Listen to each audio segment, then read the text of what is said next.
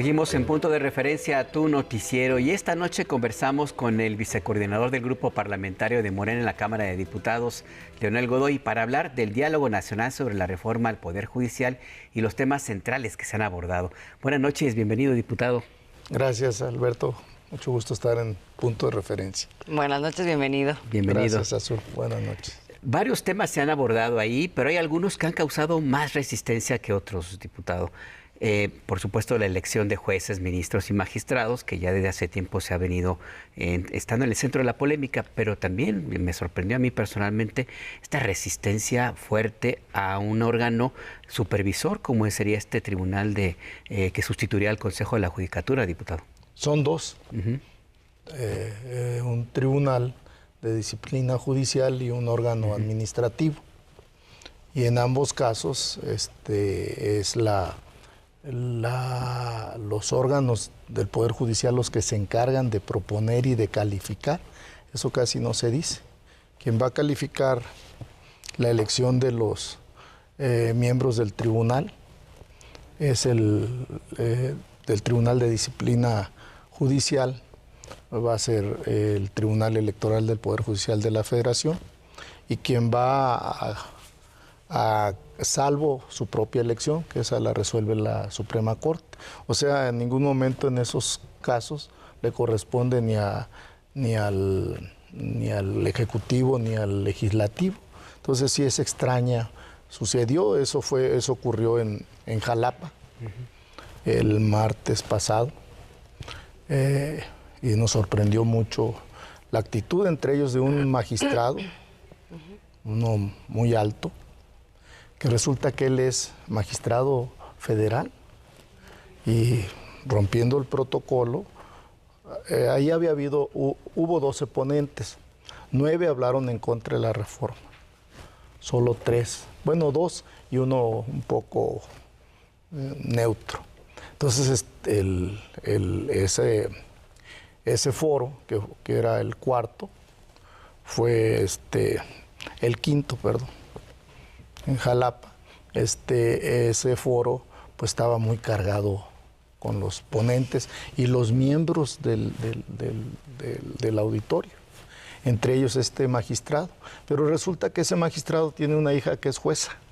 No, que no es el único caso, ¿no? Que no es el único caso, pero por eso estaba como loco. Lo que le molestó mucho, porque a mí me buscó interrumpir y lo consiguió, un poco fue que yo hablé de que la última instancia en México no pueden ser tribunales extranjeros, que la supremacía de la Constitución está por encima de cualquier tratado o convención. Y eso, como ellos es uno de los escenarios que están visualizando, pues sí se puso. Y él es parte interesada porque que además ahí ni siquiera se trató el tema del nepotismo. Pero él es uno de los que tiene una hija de jueza y otra hija de secretaria en otro. No, eso entonces, sí, claro. Diputado, hemos estado escuchando en estos días voces que dicen, no, pues es que ¿para qué hacen este diálogo y foro si no van a cambiar una coma? También lo hemos escuchado a usted decir que no es cierto eso, que estos diálogos y estos foros se están dando en función de tener como resultado la mejor reforma al Poder Judicial que pueda haber, en función de su propósito. ¿Qué balance hace de los foros que ha habido y también de las asambleas públicas, o sea, de lo que ha escuchado, que encuentra que ayuda a ese propósito y que lo sabotea? Bueno, yo creo que se vio desde la campaña. Yo estuve a cargo de la 4ª circunscripción y acompañé en la mayoría de esos estados, de esa circunscripción, en la campaña a nuestra candidata hoy, presidenta electa Claudia Sheinbaum, quien siempre en todos los mítines preguntaba que quién quería que eligiera a los jueces, magistrados y ministros, y la gente por aclamación decía, porque preguntaba que los elige el pueblo o que los elijan los senadores, como es actualmente. porque es una elección indirecta, porque sí es elección pero indirecta. Entonces preguntaba y por aclamación decían que fuera el pueblo. Entonces no fue algo que salió de la manga. Bueno, en primer lugar ya lo había planteado el presidente el 5 de febrero de este año, como una de sus 18 reformas constitucionales.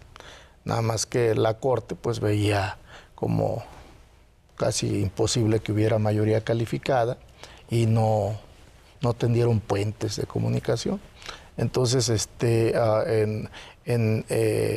quisieron decir de que no votó eso el pueblo, y claro que sí lo votó. Es una propuesta programática de Claudia Sheinbaum y que coincide con lo que dijo el presidente. Entonces sí hay esa oposición, sin duda, y la que parecía la más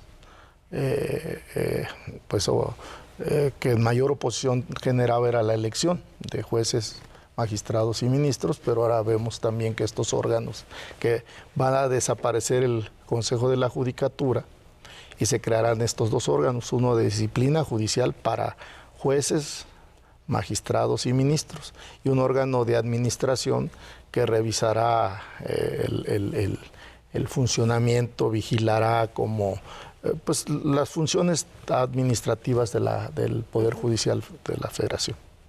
El planteamiento que se hace es que estos foros, como mencionaba Azul, pues son como una especie de válvula de escape para que vayan, expresen sus inconformidades y al final del día no se tomarían en cuenta. ¿Cuál sería la respuesta concreta a estos? No, claro que sí. Hay muchos puntos de la reforma que se pueden revisar y se pueden mejorar. Yo creo que el presidente Claudia y los senadores y diputados lo han dicho donde quiera, que lo que se trata es de que tengamos un verdadero poder judicial independiente, autónomo, fuerte, y por eso pues nos extraña que digan que el presidente quiere concentrar más poder, porque justo en ninguno de los casos el presidente tiene solo la atribución. Los ministros, ustedes ya saben, son 10, 10 y 10. De los jueces y magistrados se van a votar en cada una de las jurisdicciones, circunscripciones que tienen los jueces y magistrados, y se va a buscar que, por cierto, sea paritario, que presenten, porque actualmente no es así. Hay muchísimo más hombres que mujeres en el Poder Judicial Federal, en jueces, magistrados y ministros. Y es una de las cosas que se buscaría. Decía hace un momento, veían la reforma al Poder Judicial como algo muy lejos, porque veían muy lejos finalmente la mayoría calificada. Hoy ya la tienen enfrente y ahora parece que una de las resistencias se traduce en tratar de evitar esa mayoría calificada. Está sobre la mesa el debate de la sobrerepresentación. Ayer el presidente habló de eso. Si nos permite un segundo, vemos qué dijo ayer el presidente sobre esto y retomamos, porque creo que es un punto importante aquí. Hay varias cosas que aclarar. Vamos a ver. Vamos a ver. El presidente Andrés Manuel López Obrador afirmó que jueces y magistrados están en su derecho de oponerse a la reforma al Poder Judicial.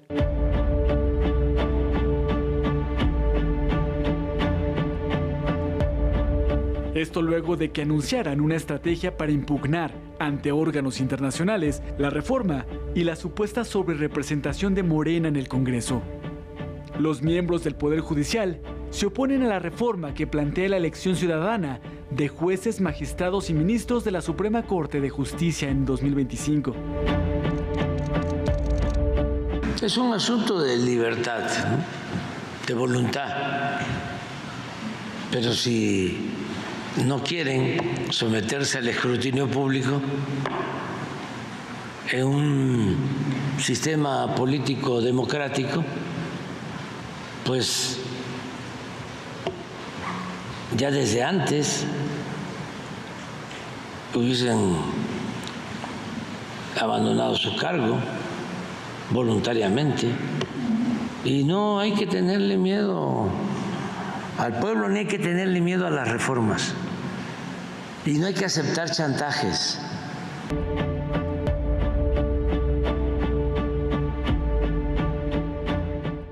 Destacó que la Constitución establece que el número de legisladores plurinominales será conforme al porcentaje de votación obtenido por el partido político, y oponerse a ello sería oponerse a la Constitución.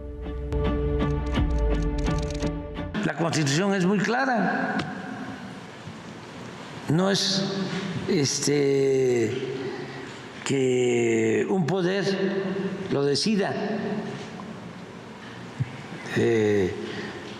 La Constitución establece de que los plurinominales se van a distribuir, y esto es importante que se aclare para que no engañen, y estos opositores conservadores quieren que no sea por partido, que sea por coalición.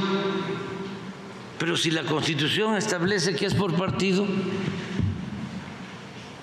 ¿por qué va a ser por coalición? Ahora sí que, como dicen los abogados, que no nos obliguen a leerles el artículo. Miguel Arzate, punto de referencia. Hay un debate tramposo aquí. Sí, sin duda, como decimos los abogados, es una chicanada. Porque fíjense, Felipe Calderón, en un sexenio donde ganó con 250,000 votos, entre comillas, le hizo más de 120 reformas a la Constitución. Andrés Manuel, que ganó con más de 18 millones de votos al segundo lugar, lleva 61 reformas a la Constitución. Y ahora,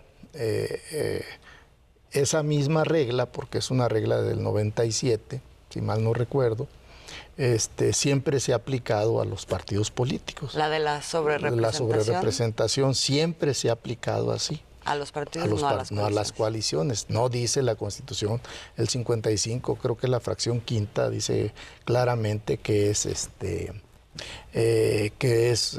ningún partido político podrá tener más del 8% de los diputados que le correspondan de la lista de representación proporcional.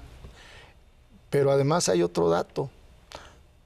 Si no se le dieran esos diputados a los partidos como está previsto ahorita, ¿para quién irían? ¿Para la coalición de la derecha? Entonces ellos se sobrerepresentarían 3 veces más. No, yo espero que el INE y que el Tribunal Electoral del Poder Judicial de la Federación apliquen estrictamente la Constitución, porque no está interpretación, no dice alguna coma o algún U o alguna O, nada. Dice ningún partido político, no dice ninguna coalición. Y entonces, pues yo creo que no va a proceder. Y además así se ha aplicado. Porque además así se ha aplicado desde varias elecciones, en presidenciales, en la del 2000, 2006, 2012, en la del 2018, y ahora no quieren, porque pues es el asunto de que los tomó por sorpresa, algo que ellos debieron de haber previsto para que hubiera habido diálogo. Las reformas, como lo comentaba, se presentaron el 5 de febrero de este año. Incluso nosotros ya hicimos foros sobre ellos y no se presentaron, como ahora no se están presentando todos los partidos en los foros. Muy poquitos, no van sus mejores cuadros. Nosotros pedimos que fueran los ministros, porque cada foro es especializado. Es sobre temas diferentes donde se puede aportar. El último va a ser sobre Ministerio Público y Policía, o sea, Procuración de Justicia y Seguridad Pública, porque esos dos temas no están en la propuesta de reforma y obviamente se tiene que analizar. Se tienen que analizar los requisitos de elegibilidad. Yo creo que es un tema que pueden aportar.